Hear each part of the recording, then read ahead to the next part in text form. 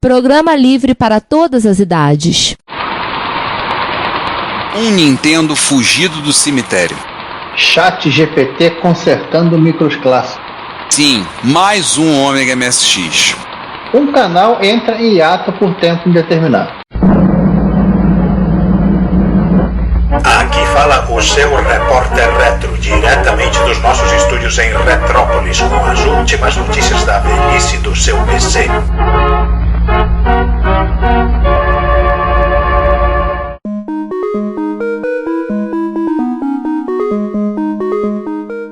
Olá a todos, bem-vindos a mais um episódio do Repórter Retro, seu podcast de notícias de retrocomputação.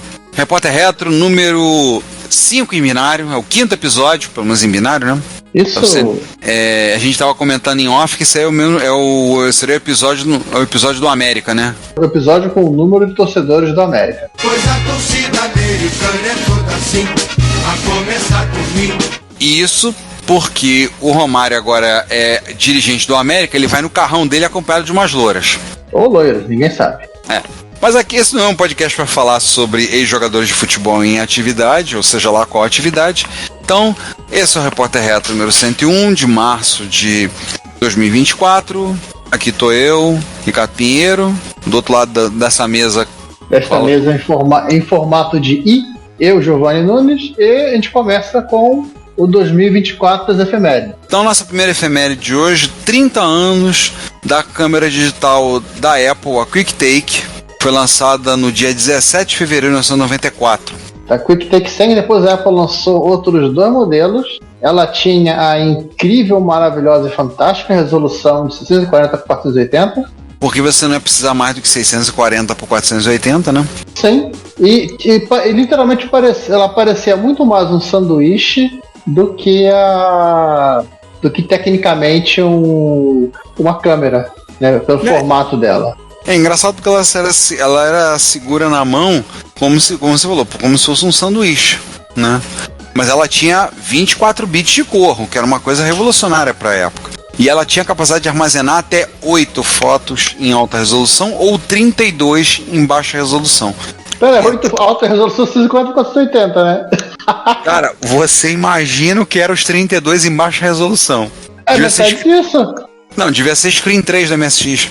Não, 320 por 200. Você não precisa mais que isso também pra fazer GIF animado. Ou GIF desanimado. Então, essa câmera, eu lembro que eu vi outras câmeras parecidas, um formato parecido. A Kodak teve uma dessa, mas assim, esse foi a grande primeira geração das câmeras digitais. E esse aí, essa câmera, especificamente QuickTake, ela é da época em que a Apple começou a inventar um monte de coisa. Sim, inclusive tem um vídeo que a gente vai falar já nos vídeos legais, que a gente fala um pouco sobre essas coisas, que é um vídeo que eu assisti recentemente. Mas quando chegar lá a gente fala. Como você falou, são 3 modelos, a 100, a 150 e a 200. Detalhe que a 100 e a 150 foram feitos pela Chinon, na verdade licenciado pela Apple, né, OEM, e pelo menos a 200 foi feito por um fabricante mais conhecido de câmeras, a Fujifilm, né? Pera, a Chinon, aquela que fazia drive? É eles mesmo.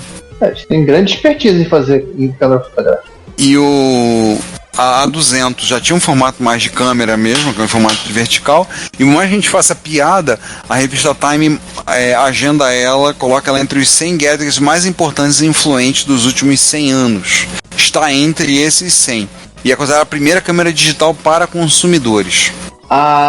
Pouco tempo depois, a Logitech ela lançou acho que era Quick Cam, ou algo parecido, que era também uma câmera, a câmera que ficava em pé, né? Você segurava ela como se as pessoas seguram hoje o telefone celular. Vale lembrar que ela não é a primeira câmera digital que saiu, teve pelo menos duas, uma da própria Fuji e uma da Daikin, nem lembrava desse fabricante. E aquela coisa, né? Sai produto da Apple, o pessoal vai, e isso não é de agora, o pessoal bate palmas, acha lindo, maravilhoso, bonitão, porque é da Apple, mas custa caro pra diabo. Ela custava $750 quando saiu. Olha, hoje você não compra nem um iPhone com isso. É verdade. Pelo menos faz mais algumas coisas. E foi descontinuada em 1997, naquela leva de quando a volta do Messias, né, Steve Jobs, retorna à Apple e faz aquela limpeza na empresa, começa a tirar tudo que, segundo era um plano, era um pensamento deles, nada teria teria espaço dentro dos projetos da Apple. Mas também naquela época ele chegou, a Apple tava fazendo quase tudo. Se deixasse mais servindo, até que era uma rede de cafeterias. Mas a Apple não tinha o boato da Apple querendo fazer um automóvel agora, recentemente? Não tá ficando muito diferente não, hein? Já tem cartão de crédito, teve a história agora fez um óculos de realidade aumentada, aí tinha um boato dizendo que há anos ouço esse boato que a Apple quer fazer um automóvel.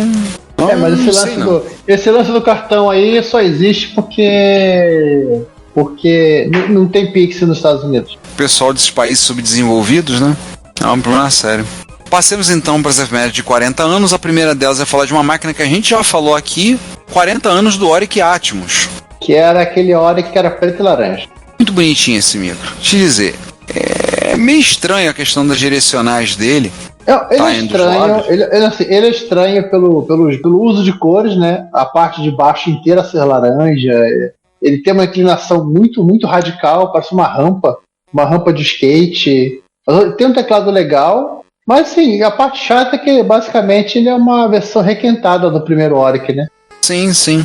O curioso é que eu lembro que ele foi muito popular na França.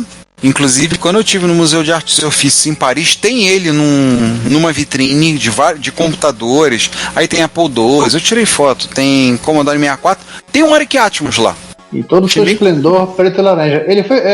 Quando a hora que. A gente fala isso no episódio do. Acho que é o lado B dos computadores britânicos. A gente cita que a empresa foi depois comprada por uma empresa francesa antes de fechar as portas em definitivo. Você falou do episódio, eu não descobri qual é o episódio. Inglaterra. É aquele que tem as Spice Girls na pauta. Pô, tô indo procurar no episódio. Oric Atmos. Bem, nós comentamos alguma coisa de software do Oric Atmos que saiu lá no passado. Episódio número 117.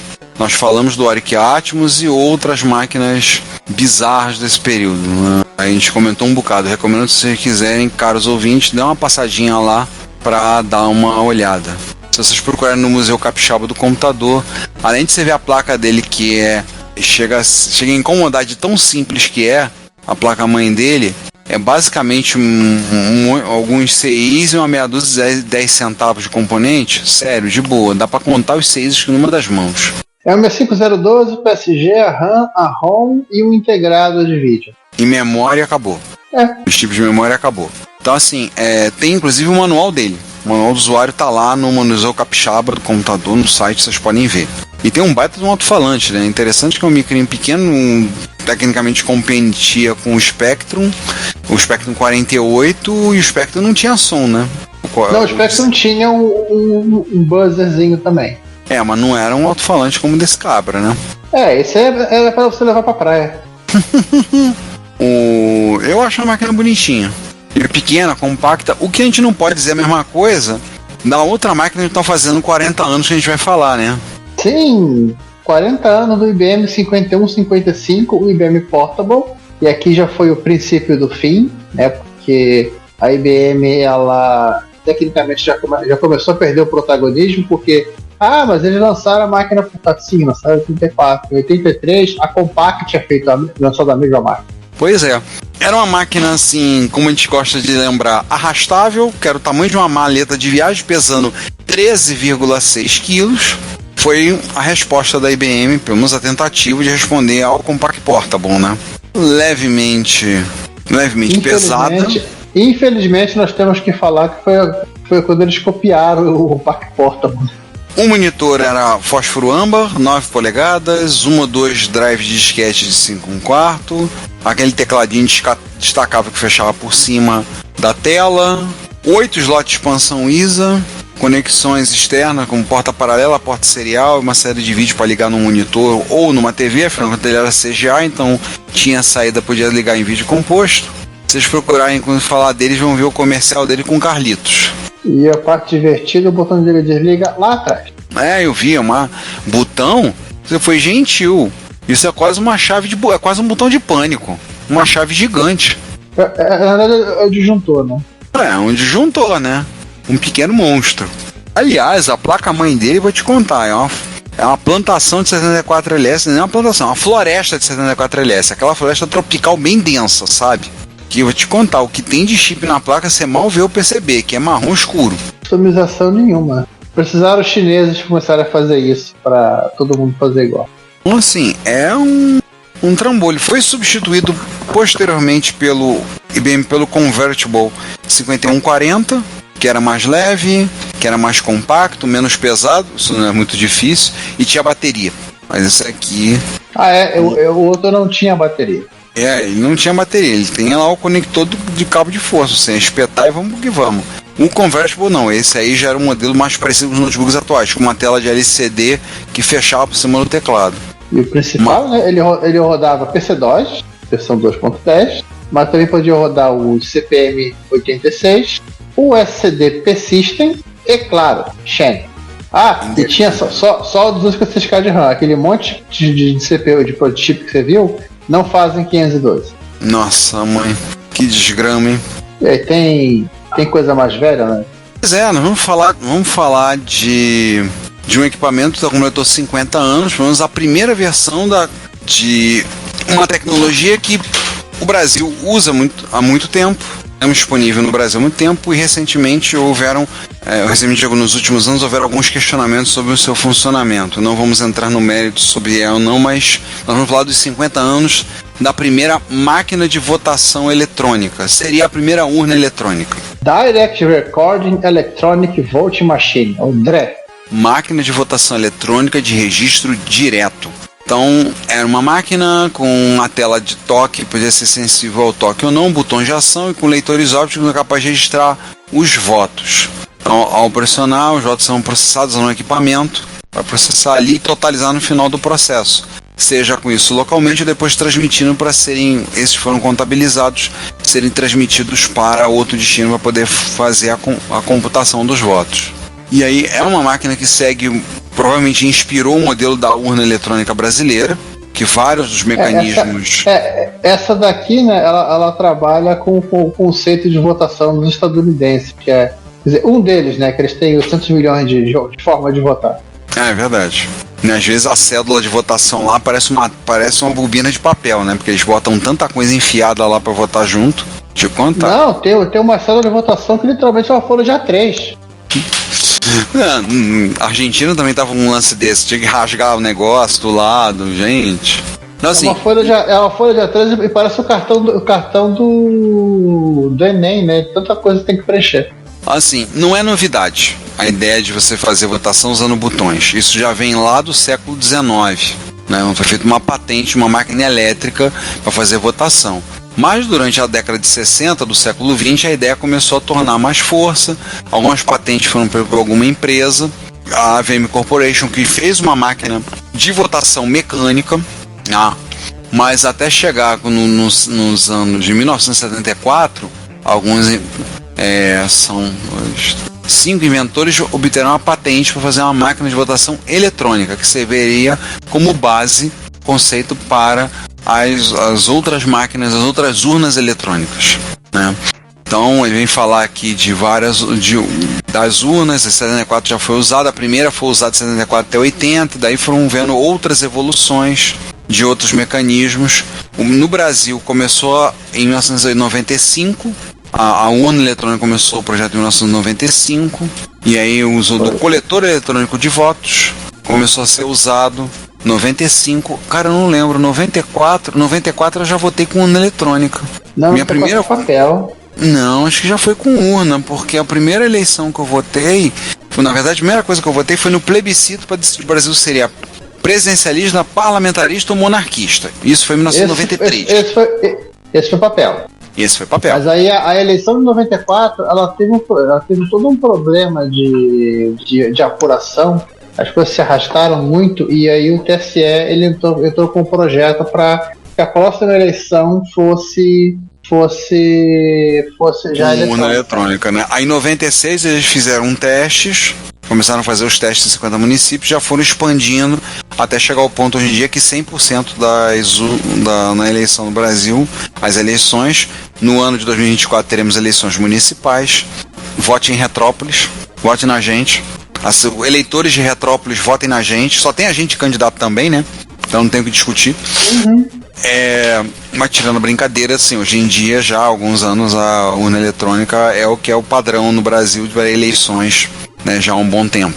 As eleições são feitas aqui. Se vocês dar um pulinho, procurar, e vocês encontram, inclusive, você consegue encontrar, inclusive, o documento da patente, da solicitação da patente. Tem vídeo no YouTube apresentando mecanismos de votação antes foram feitos, até usado nos Estados Unidos. Nossa, tem um aqui que foi usado na eleição do George W. Bush. E que obviamente não foi aquele usado na Flórida, porque lá eles jogaram um monte de voto papel no lixo. Aquela confusão da Flórida, eu lembro. E numa incrível coincidência, o irmão dele era governador. Né? Pois é, né? Bem, vamos encerrar as efemérides de hoje.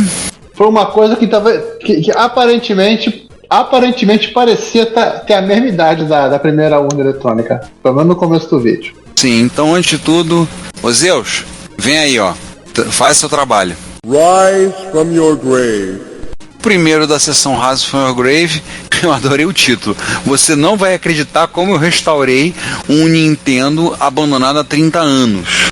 E aí a restauração do videogame, do console de videogame mais sujo de todos.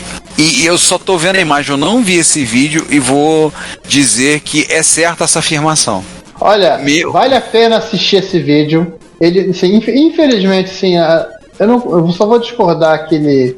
Acho que ele tem uma hora que ele fala que é raro. A máquina não é rara, ele é um clone de Nintendinho, nem uma máquina da Nintendo. Mas assim, vale a pena assistir, porque você vai aprender um monte de dicas, truques e técnicas de restauro de equipamento velho. Ainda mais se você tiver. Você também desenterrou o computador do terreno baldio.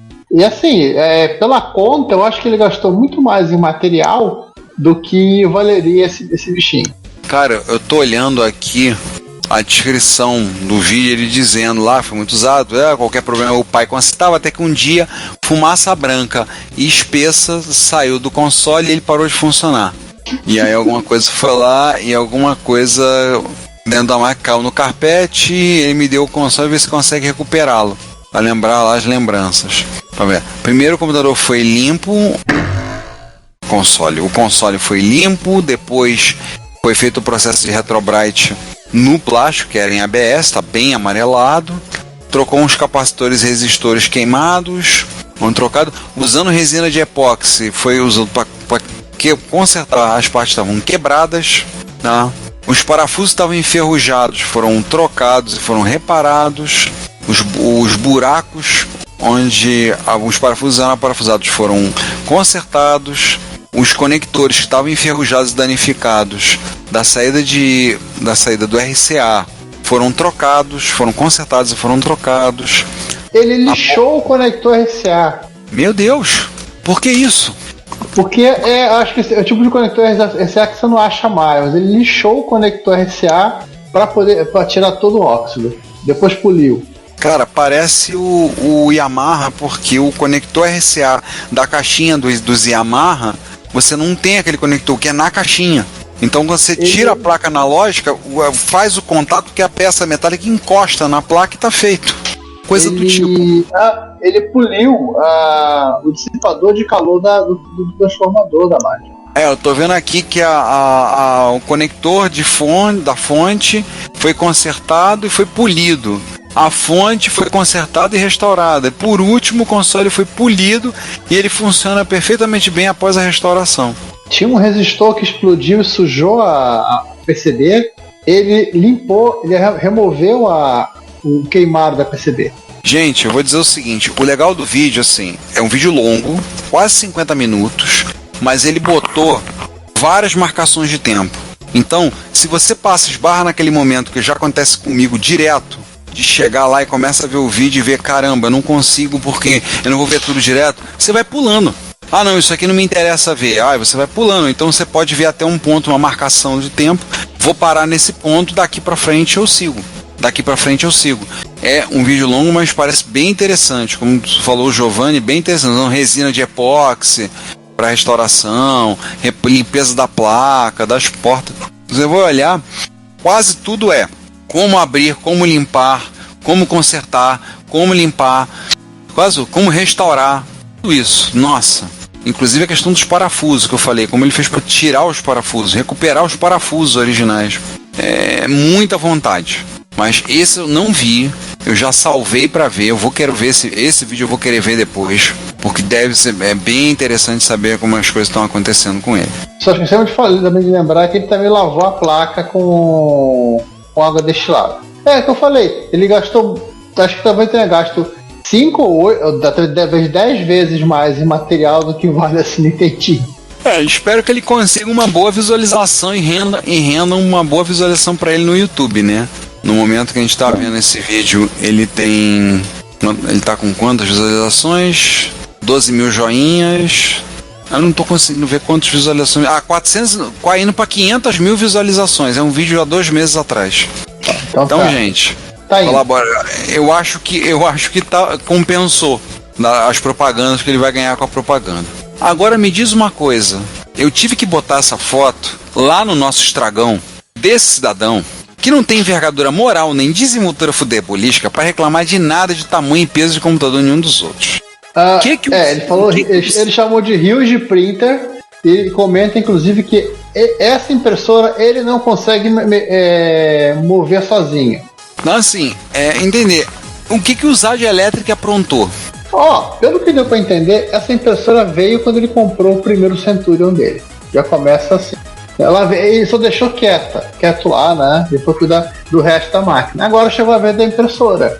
Então ele conseguiu uma referência de. Essa é uma impressora OEM, não era a Centurion que fabricava, ele simplesmente colava a marca dela e conseguiu um manual de serviço do treco.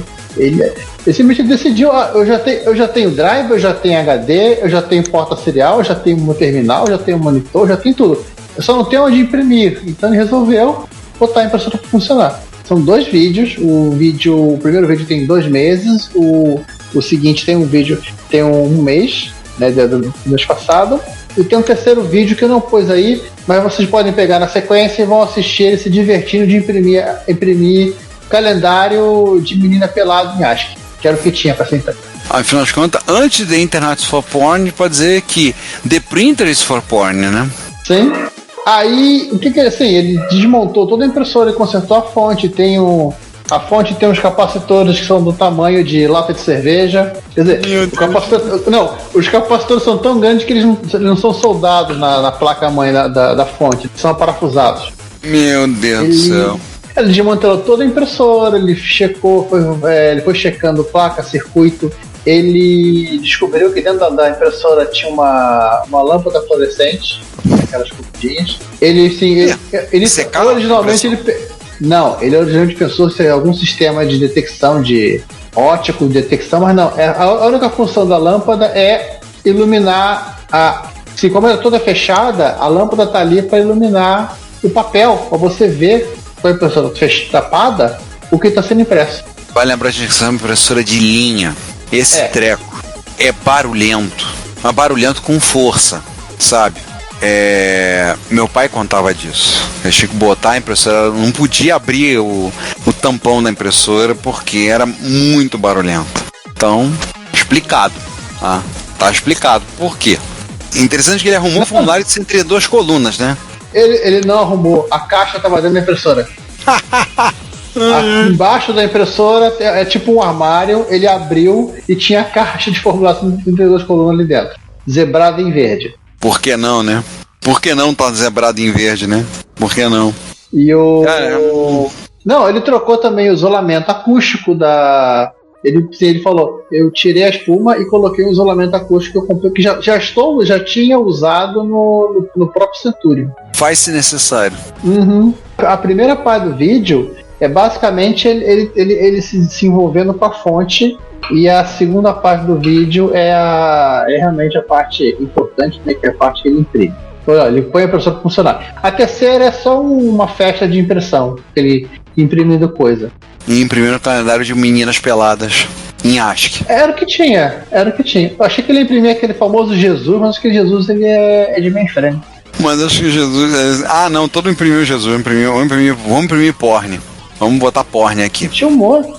Inclusive no calendário de 82, que inclusive tem o porn. Vamos passar pro... É que assim, o Hasgrave estourou a cota de peso, né? É, verdade. Vamos passar pro... Vamos identificar o que tava ficando vivo. Só o último comentário, o negócio que ele realmente ele comenta. No primeiro vídeo você vê ele utilizando uma pá escavadeira? Não, é uma reta escavadeira. É, uma reta escavadeira para tirar do caminhão a impressora. Depois ele comenta que essa impressora é tão pesada que ele não consegue transportá-la sozinho. Aliás, é essa foto que tá no nosso Instagram. Inclusive tem ele botando papelão embaixo da impressora para ficar empurrando para tentar levar para algum lugar. Não vai tentar botar alguma estrutura com rodinha, não? Eu acho que, cara, isso deve ser muito pesado. Tem que ter uma estrutura para segurar um treco. É verdade. Imagino, não é ser qualquer coisa. Mas se bem que ele, convenhamos, o Zag Electric, ele entende disso, né? Uhum. Depois daquele Bendix que ele pegou, que pesa metade do maracatu lá do maracatu do Nação Zumbi, né? Pesa meia tonelada. Depois desse, contar. Vamos falar então de coisas que de repente se tornaram vivas? It's alive! It's alive! It's alive! Vamos, a primeira é super interessante. E vamos dar um repeteco agora. Então, quer dizer que o maluco pegou uma câmera uma Quick Take, nós mencionamos ainda há pouco, né? A Quick Take de 94, a modelo 100, e o cara ligou ela, fez um esquema para poder ligar, fez o software, tudo, para você poder ligar ela num Apple IIc. Claro, por que não? Né? Por que não, né? Na ultra super resolução da lá. Não, melhor que a explicação, ele tem um software no GitHub, aí tem uma imagem de disquete, você pode pegar, como você fazer, tudo beleza, transfere pro flop usando o ADT Pro, construa um cabo monstruoso, como foi explicado aqui abaixo, e no manual de usuário do QuickTape para Apple II, conecta uma câmera e pronto. Entendeu? É um cabo monstruoso, né? Ele fez também para você ligar a QuickTake 200 também. Você pode ver pelo cabo, porque o cabo é um remendo de remendos. E você pode baixar a imagem na sua incrível velocidade aqui, pegar uma em alta definição 640 x 480, levar 1 minuto e 50 segundos para baixar a imagem, 1 minuto e 30 para descomprimir e 20 segundos para renderizá-la. Menos de 4 minutos por imagem. Menos de 2 minutos na standard. Isso é importante para falar, né? O formato que é armazenado na câmera não era um formato normal, não era PNG, não era JPEG, não era uma invenção maluca. Afinal de contas, pra quê? Porque a gente tem que facilitar, né? Uhum. Pelo menos no GS, no GS fica um pouco melhor, em 2 minutos faz todo o processo. Menos pior. O processador ajuda. No 2C, 1 minuto e 50, uau, são 4 minutos. Eu acho que no 2C Plus deve chegar em torno de 2 ou 3 minutos. Não, detalhe, a QuickTake 200 no 2C pode levar de 4 a 10 minutos o processo. Gente, vamos dizer pra vocês, o bagulho é doido. Aí ainda fala uma coisa de câmera, ele andou experimentando DC RAW, mexer com formato RAW, na verdade ele fez uma engenharia reversa no DC RAW, poder usar coisas dali. Poder trabalhar é o que ele explica, e quem faz o differing é o próprio Apple II, então por isso que demora um pouquinho. Um pouquinho, né? Saindo agora a amiga do Ricardo. É amiga do Juan. Então a gente volta a falar da Sayaka, né? O canalzinho já tá com 22,2 mil inscritos. Parabéns pra ela. Nossa querida, simpática amiguinha italiana, que agora que também tem um expert, mas agora não vai falar de MSX. Ela tá falando, vai consertar um Commodore 64, pelo que eu tô vendo, um Commodore 64C, e ela resolveu usar quem para ajudar? O ChatGPT. Sim, porque agora as máquinas se auto-regeneram. Então, algumas coisas da versão de voz, ela diz, eu usei o ChatGPT, achei o ChatGPT extremamente útil. Eu já ia achar que vocês têm a dizer, né? Os vídeos da Sayaka não são grandes, é um videozinho de 12 minutos, então se vocês tiverem disponibilidade de dar uma olhadinha, é um vídeo curtinho, é um vídeo simpático e muito curioso, que ela usou o ChatGPT para ajudar no processo de restauração e conserto desse Commodore 64. Isso é realmente... A parte curiosa agora... Não, a parte curiosa também é que, sem querer, acabei descobrindo que ela tem 2 canais no YouTube. Ela tem o canal que ela apresenta em inglês e tem também o canal que ela apresenta em italiano. Tem mãozinhas. Ah, sim, italiano, né? Tem que fazer aquele gesto padrão do italiano, que é os dedos todos juntos, pegando ali e apontando pra cima e mexendo a mão. Né? Se não fizer esse gesto, não é italiano. Que, inclusive, ela é o mesmo vídeo, é o mesmo conteúdo, só que em italiano. Acho que ela tem outros vídeos assim. E é bem interessante, só que ela faz 2 vídeos. O curioso é que, pelo que eu vi que ela falou, o vídeo originalmente é narrado em italiano, ela faz italiano, mas depois ela dubla em cima. Não é dublado, acho que ela refaz ela deve gravar os 2 áudios então. Então nas partes que ela fala, no resto ela redubla, né? Até porque fica mais fácil de organizar as ideias. Diz aqui, eu tava vendo usando com o vídeo original, o vídeo foi originalmente gravado em italiano. Que inclusive com o ChatGPT falando em italiano. O vídeo do Ripara um Commodore 64. Ripara um Commodore 64 com ChatGPT. Nossa, mãe. ChatGPT. Vamos passar então pros vídeos legais? Vamos, tem um monte de vídeo aqui. Esse primeiro aqui do mascote do Coco, isso aqui o Ron tinha que tá aqui pra poder falar sobre isso. As moças do... Ai caramba, esqueci o nome delas. É o Taylor, a Taylor e a Amy. Na verdade eu nunca sei quem é quem. Pera, a Amy. A Amy, ela mostra que assim, ela é realmente fã de manuais de computadores, ela explica isso, ela tem inclusive um manual de computadores que ela não tem ainda. E ela comenta sobre o manual do Coco, sobre a figura antropomórfica do Coco, né, com bracinhos e perninhas, e elas decidem fazer um. Basicamente esse é o vídeo. Elas receberam a ideia da Digital Library, da Macintosh Library, né? Sim, elas comentam isso, inclusive. Porque ela tem um Mac, né? Agora ela não tem só o Mac, ela tem também um Apple II também, que funciona como mascote dela. Eles vão seguir a ideia dela, da Macintosh Library. Então elas usaram cano de PVC para fazer bracinhos e perninhas, tênis, uma luva, e montaram uma TV fake para ser a cara do... Claro, botaram a gravata. É o que eu ia dizer, você só não faltou falar da gravata. Ficou diferente, né? O japonês que gostam de fazer mascote pra tudo, né? Inclusive a capa do meu livro, do MSX-DOS Revelado, é uma mascote feito pra MSX-DOS. E a parte Ricardo, a parte mais angustiante desse vídeo é elas serrando o cano de PVC no piso de madeira da casa. Ai, meu Deus. Dá angústia até pra mim.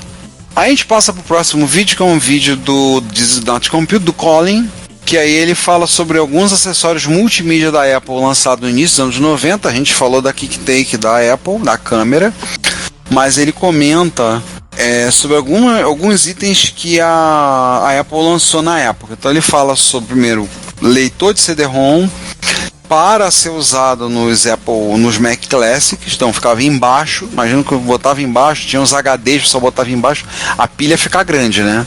Ia levantar muito. Não. O curioso desse troço que ele era um mangá de CD, SCSI, né? Pra você ligar no seu Mac, e também um Discman. Não, esse foi o depois, mas ele fala de primeiro alguns que são CD-ROM, que fica lá, fala de caixa de som, aí comenta do preço abusivo que ela cobrava, e a caixa de som era simplesmente ok, não era nenhuma maravilha, não era simplesmente nenhuma maravilha a caixa de som, era simplesmente ok a caixa, tá? E depois ele fala da questão do lançamento da Kodak da época do Foto CD, fala da questão do Foto CD, um pouquinho do CDI, quando eles se envolveram, né, do projeto, estiveram juntos, e aí ela fala desse exatamente que você estava falando, do leitor de CD, que é o Apple, como é que é o nome? Eu esqueci o nome. Ele ficava em pé, inclusive. Sim, ele fica até levemente inclinado. Ele é preto, teve uma versão azul dele. Ele tinha um conector para fazer uma saída de vídeo para você ligar no monitor, se você quisesse botar um foto CD para poder abrir. Ele funcionava com pilha, 8 pilhas pequenas.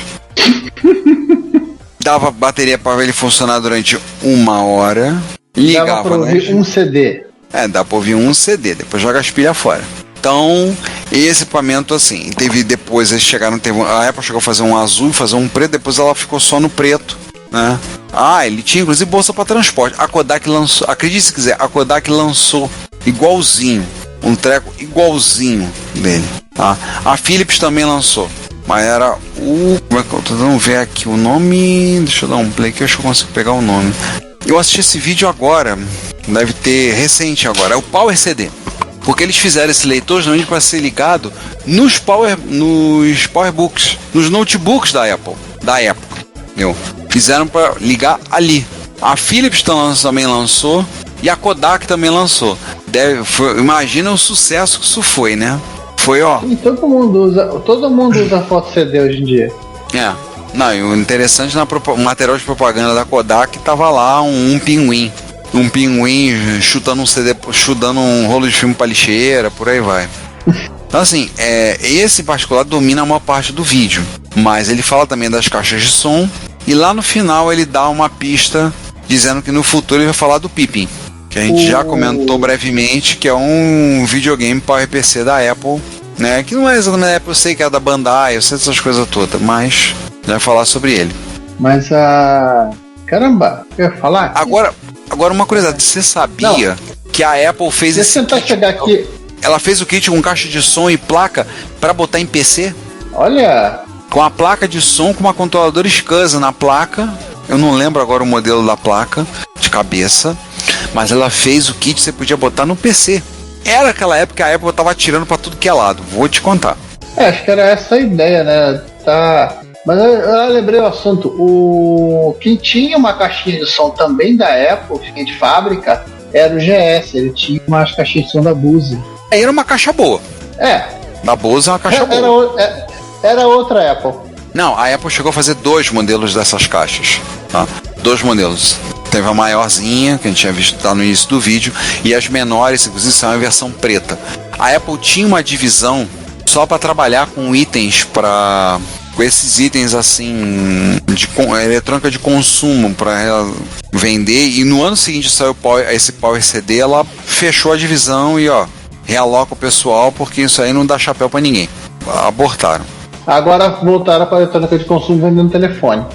Vendendo telefone, vendendo iPod, vendendo essas coisas assim. Não, iPod não tem mais. Pararam, né? Chega.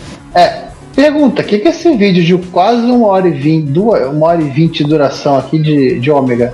A história é o seguinte, o Retro Hacker, o Cristiano, ele é morador de Belo Horizonte, tem um site, tem um canal no YouTube. Ele fez o seguinte, ele decidiu pegar um projeto, que fizeram uma modificação no projeto do Ômega MSX, aquele que a gente já cantou aqui em verso e prosa, acho que todos os nossos ouvintes já sabem o que é. Mas um desenvolvedor pegou o projeto original do Kiselev e fez algumas alterações. Quais, por exemplo? O cara passou a usar componentes em SMD, como capacitores e resistores, e passou a botar embaixo da placa. Então fez uma placa dupla face, então ali embaixo. Já alivia a placa de muita coisa. Segunda modificação que ele fez, ele alterou alguns roteamentos da placa. Diz ele que melhora a saída de áudio e melhora a saída de vídeo. E em terceiro, ele passa a usar 2 flashes, que são naquele formato quadradinho, são CMOS, para poder gravar até 4 BIOS ali. Honestamente, eu não sei para que 4 BIOS, mas botaram. E esse vídeo de 1h15 é um vídeo que o Cristiano foi fazendo ao longo dos meses, quando ele montou essa máquina, começou a montar, e ele vai fazendo os testes de fogo do Ômega.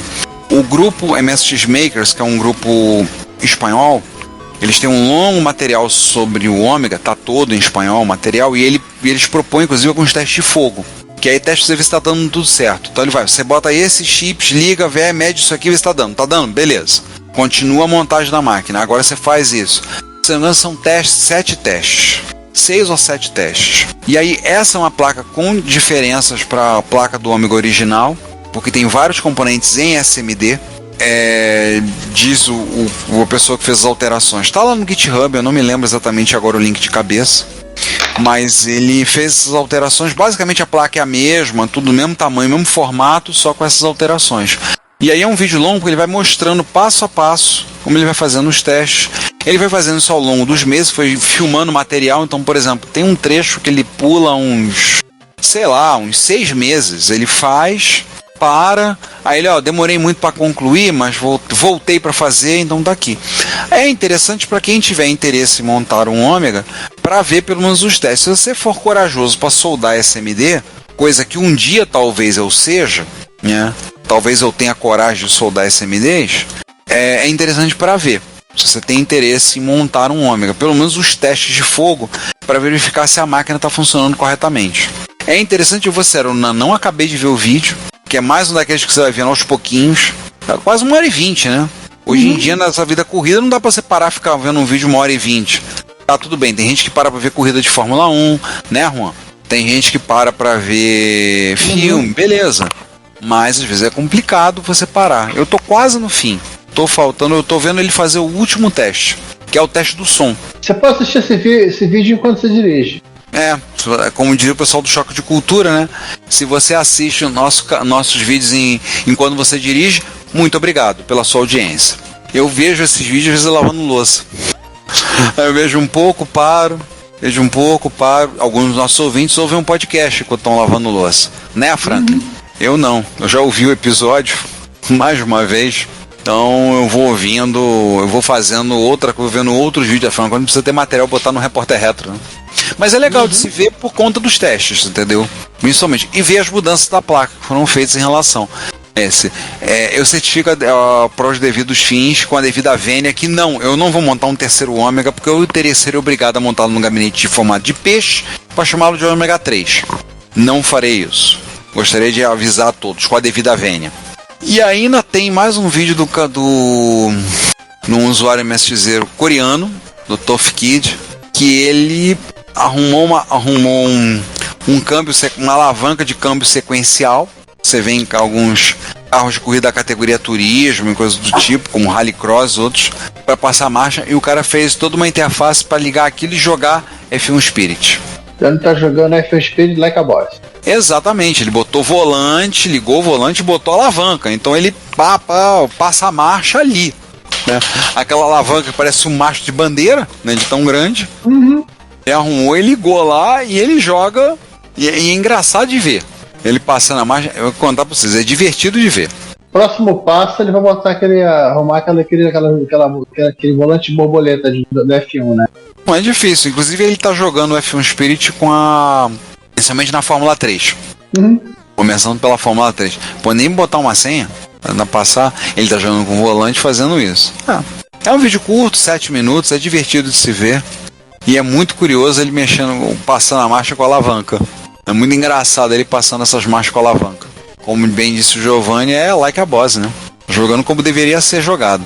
Aí a gente passa para fazer uma menção, uma nota triste, que na prática é um até breve, ou quem sabe o fim do canal RetroCheck, que é um canal britânico de retrocomputação. Basicamente é o seguinte: ele e a esposa já são senhores já estão na meia idade, ou talvez na terceira idade. O filho caçula saiu de casa para trabalhar, ou fazer faculdade, ou decidiu vender drogas, não sei o que resolveu fazer. E só ficou ele e a esposa. O que eles decidiram? Vamos cair na estrada. Aí eles vão viver um tempo como nômades, alugaram um trailer e vão rodar por aí, como todo europeu gosta de fazer. Na verdade, a esposa decidiu fazer isso antes que ele entupisse a casa de computador. Não é pra espalhar, né? E aí ele anuncia... É bom não espalhar, né? Mas aí ele anuncia nesse vídeo que vai fazer isso. Entendeu? Então o canal vai ficar pausado, ele vai ficar mais difícil botar, mas vamos passar um tempo na beira, rodando na estrada, rodando por aí, visitando o que for, vai fazer... talvez resolva fazer miçanga, né? Vai tentar viver da sua arte e vai rodar por aí. Então, por enquanto, pra mim é uma pena, que eu gosto do vídeo do RetroCheck, são vídeos bem diretos ao ponto, bem legais. Então tem vídeo que ele fala de Spectrum, vídeo que ele fala do Oric Atmos, tem vídeo que ele fala de MSX, tem de tudo. É bem, bem legal. Foge um pouco dos vídeos, que hoje em dia é muito vídeo falando de Commodore 64.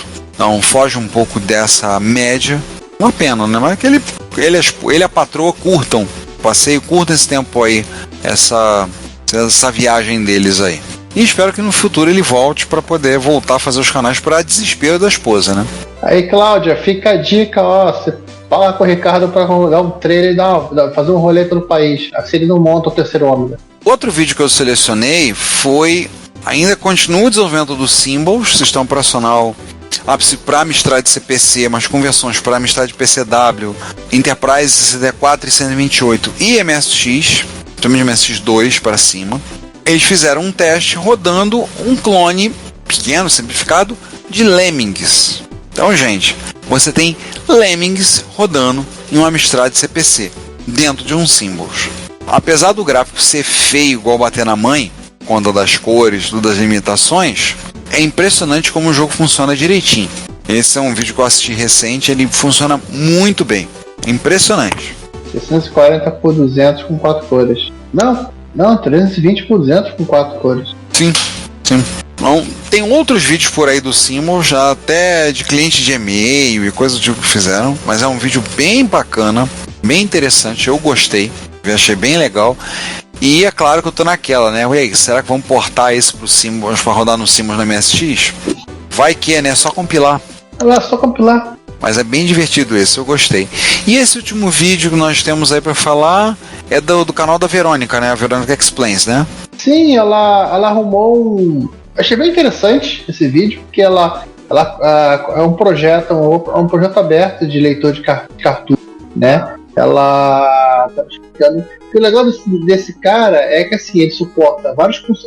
É console, tá? Não é computador clássico. Ele suporta vários consoles. Ele é quase standalone, porque você não precisa ligar ele no computador para fazer o processo de ripagem de cartucho. E a parte mais interessante, ele consegue identificar os save games. Então você consegue salvar o teu save game antes que a bateria vá para o espaço. Caramba! E até restaurar o save game. Que legal!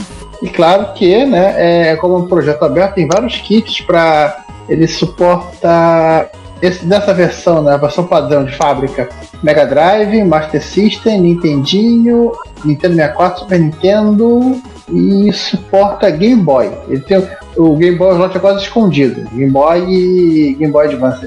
Mas tem adaptadores que o pessoal já desenvolveu para poder ripar Coleco, acho que é o modelo CT4.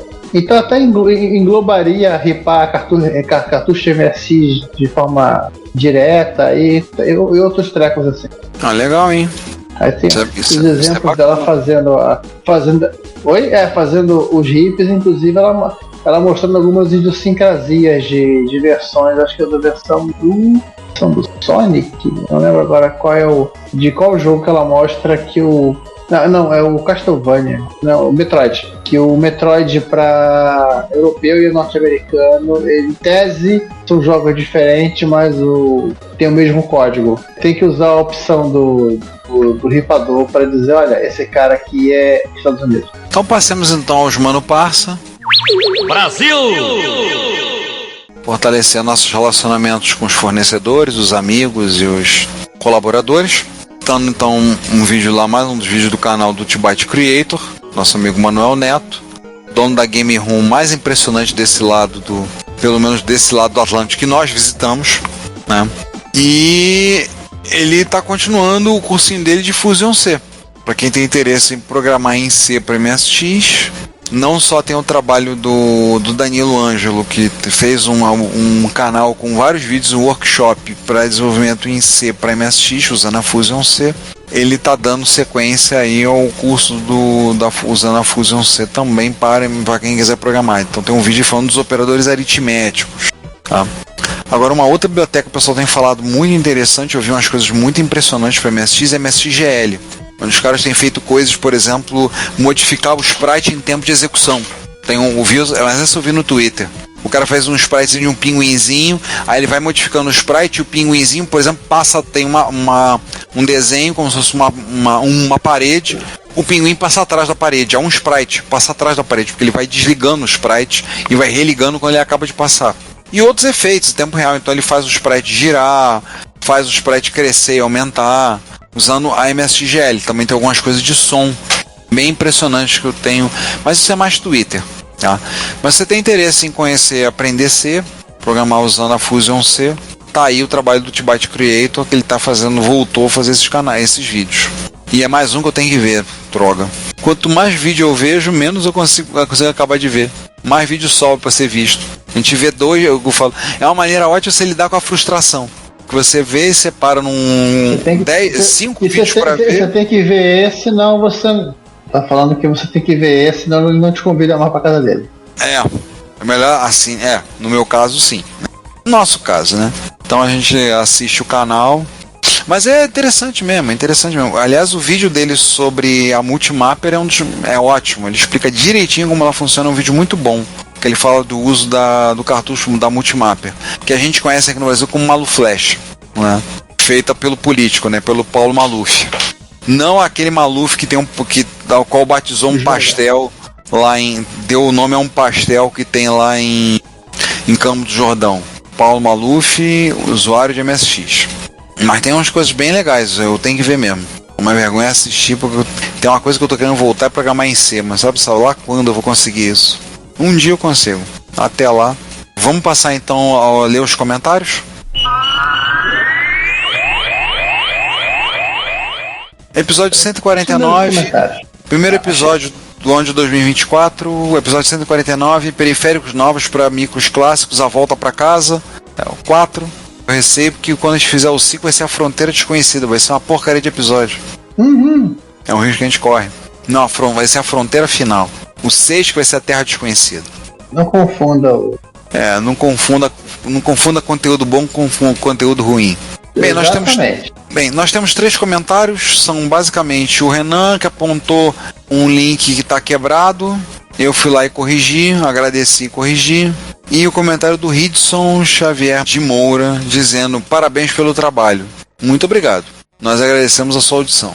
Giovanni, aproveita e lê você o do YouTube. É o que eu estou fazendo agora.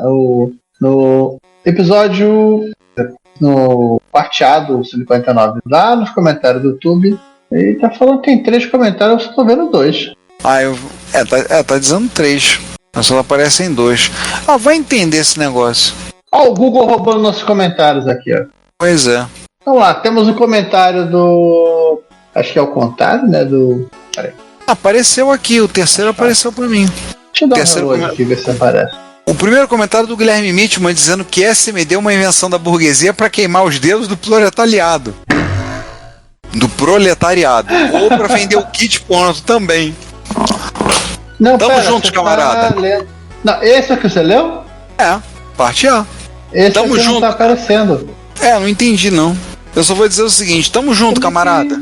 SMD é uma coisa pode ser uma coisa da burguesia, aquela que fede. Enquanto houver burguesia, não vai haver poesia.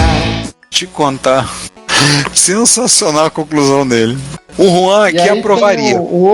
Tem o outro comentário dele também, do que alegria, coisas novas para micros velhos, é uma delícia, a mão de entrada no Mercado Livre chega a tremer. A boca chega até a salivar, né? E aí tem o comentário do Lucas Norberto que mandou lá um primeiro. Tudo bem. Segundo. Na parte B no episódio. Não tem no site, mas tem... Gente, comenta aí, vai. A gente gosta. O seu comentário é o nosso salário. A gente gosta de ler os comentários de vocês. Mas tem no VocêTubo, né? Aquele que fica roubando comentários. O Guilherme Mitchell falando que a fabricante de sintetizadores sueca Electron alega ter comprado todos os estoques remanescentes do SID para construir seu SID Station, que, como vocês podem imaginar, é um synth feito sobre o SID. Tá aí agora que a gente tem alguém para amaldiçoar. Mas eu queria um SID Station mesmo assim. A gente faz o seguinte, você arruma primeiro depois você roga a praga. Então com isso fechamos os comentários, né? E fechamos o episódio, vamos falar do É Nóis. Lembrar que no momento que vocês estiverem ouvindo isso, prezados ouvintes, no próximo dia 6 de abril de 2024, a partir do horário das 9h30 da manhã até as 16h30, na nave do conhecimento do Engenho de Dentro, do lado do estádio do glorioso Botafogo. Botafogo, Botafogo, campeão desde 1910. Estará acontecendo a primeira edição da MSX Rio de 2024. Na verdade, ele a nave do conhecimento está ao lado do Museu do Trem. O Engenhão tá atrás, o estádio tá atrás da nave. Mas o Museu do Trem é ao lado, mas é longe. Mas é um pouco longe. Ao lado da passarela, pronto. Em frente à estação de trem. Pronto. O evento vai estar acontecendo lá em MSX Rio. Todos vocês são nossos convidados a irem. A entrada é de graça. A gente está pedindo para os expositores, aqueles que quiserem expor, fazer uma módica contribuição lá pelo Simpla de R$20. Então, se você quiser, pega o link aí embaixo, pega a visão, como fala meus alunos, pega a visão aí suave. A inscrição como participantes ela é completamente gratuita e vai estar aberta ao longo daqui até lá. Ela já está aberta ao longo do mês de março todo e vai estar até o final do evento. Para expositores, ela está encerrando agora no domingo de Páscoa, porque a gente vai ter que organizar crachá, preparar a divulgação, falar com os ouvintes, com quem vai, para a gente poder botar o expositorzinho em acrílico, preparar todo o processo para nós podermos colocar lá para ficar um evento bacana. A gente vai estar lá então no dia 6 de abril. Então prestigiem, para quem é do Rio, dá uma fugida, pô, não tem como errar, é muito fácil chegar lá, pô. Se for de trem, você desce do trem de frente pro prédio. Não tem o que errar. E se você errar, você ganha um prêmio. Vai ter que ir lá buscar. Vai ter que ir lá buscar. Bem lembrado. Então assim, só para lembrar, aproveitar, porque daqui até o próximo Repórter Retro. Lembrar também que nos dias 19, 20 e 21 de abril estarão acontecendo a MSX Curitiba. Tá? O local ainda vai ser confirmado pela organização, mas vai estar acontecendo sexta, sábado e domingo pegando o feriado de Tiradentes. O pessoal está se organizando agora, como é que vai fazer, as datas de encontro, então na medida do possível a gente vai divulgando os encontros que estarão acontecendo, mas não deixem de ir a MSX Rio, quem a gente for do Rio. O pessoal de Curitiba que não puder vir a MSX Rio, não deixe de prestigiar a MSX Curitiba, tá? E vão haver outros encontros aí. Maio tem agendado encontro, junho, agosto. A Retro Rio deverá estar acontecendo em agosto, a gente vai informar melhor. Outubro, novembro, dezembro, a gente vai estar passando melhor as informações. Tá? Mas pelo menos para a MSX Rio, eu estou pretendendo fazer um abuso e levar 3 computadores iguais, mas ao mesmo tempo diferentes. Estou com vontade de levar 3 máquinas que são... externamente a olhar são idênticas, mas foram vendidos em mercados distintos. E aí eu não vou falar mais não, porque vou deixar o suspense. Deixar vocês no suspense. Você vai olhar quando as máquinas são iguais, mas quando você olhar de perto, vê, não são iguais. É o Expert 1.0, Expert 1.1 e um DDP. E um Plus. Não, aí corre o risco de fazer que nem o André. O André Tavares tem ido nos encontros, ele leva o Expert, ele leva a fita cassete, um gravador cassete e carrega a fita de lá. Só vira pro pessoal e fala assim, tá vendo? Eu gravei essa fita nos anos 80, ela tá lendo, tá vendo? Isso aqui é que espera desses micro fresco, não. Não é esse importado fresco, não. Ainda mais depois do encontro em São José dos Campos, que estourou um capacitor na fonte de um Expert. Estourou com direito a barulho e fumaça, tá, gente? Pior, o micro ligou e funcionou depois. A piada só, tá vendo? Nesse micro europeu... japonês fresco não, aqui é Expert e aguenta tranco. Ai. Mas gente, não vão dar uma chegada lá na MSX Rio, a gente convida todos vocês para irem, tá? Nós estaremos lá em peso, eu quero dizer, pelo menos 4 dos 5 integrantes estarão lá presentes, com certeza, pra gente estar lá, se vocês quiserem bater papo, conversar. 4/5 do podcast, né? 80% da equipe estará lá presente. Isso se o César não tiver de férias, né? Porque às vezes ele tira férias um pedaço em março, um pedaço em abril. Não for, se bobear, até ele aparece. Vai descambar lá de Brasília e aparece. Não sabemos, pode ser. Se ele aparecer, vai ser surpresa pra gente. Então, prestigiem, visitem. O espaço é simplesmente ótimo, muito bom. Como eu gosto de dizer, o melhor espaço que a gente já fez evento. A gente, inclusive, tem espaço lá para poder usar. Eles querem, inclusive, fortalecer, estreitar os laços em termos de parcerias. A gente pretende no futuro ter algumas novidades fazendo algumas coisas junto com a nave. Espaço da nave do conhecimento. Então, peço que vocês estejam lá, dêem uma passada lá, visitem. A gente vai estar lá no horário entre 9h30 da manhã e 16h30, porque é o horário que a nave está aberta. Mas já vou avisando, se você resolver chegar lá às 16 horas, tu vai carregar a caixa. Porque 16 horas a gente começa a fechar tudo, para tentar sair na hora. Pra não dar ruim, né? Se você for, faz uma força pra chegar mais cedo. Por favor, tá? Fechamos? Fechamos. Pessoal, muito bom falar com vocês. Espero que vocês curtam o episódio. Estejam com a gente agora pro próximo episódio de abril. Estejam na MST Rio, mais uma vez reitero o convite. E a gente se vê em 1 semana, 2 semanas, 15 dias, ou alguma coisa aí do tipo. Fui. Até mais, pessoal, e até MST Rio. Até MST Rio. Nossos episódios também estão disponíveis no Spotify, Deezer e Apple Podcasts. E não se esqueça de assinar a Retrobits, a newsletter da Cidade dos Clássicos, para ter no seu e-mail toda sexta as últimas notícias do mundo da retrocomputação. Fale conosco nos comentários das postagens pelo e-mail contato@retropolis.net.br e visite o perfil Retrópolis nas redes sociais. Como sempre dizemos, seu comentário é o nosso salário. Obrigado por sua audiência e até o próximo episódio.